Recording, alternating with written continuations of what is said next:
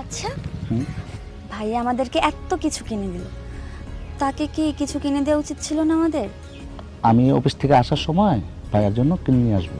ভাইয়া কি পছন্দ করে, তাকে কি দেওয়া যায় বলো তো? তোমার যা ভালো লাগে তাই দিও। আচ্ছা, আজকে বাবা কেন আসছিল আর কি বলে গেছে? বাদ দাও তো, আমার আব্বা আম্মা নানান রকমের বাহানা করে। আচ্ছা, হঠাৎ করে ভাইয়া কোথায় গেল?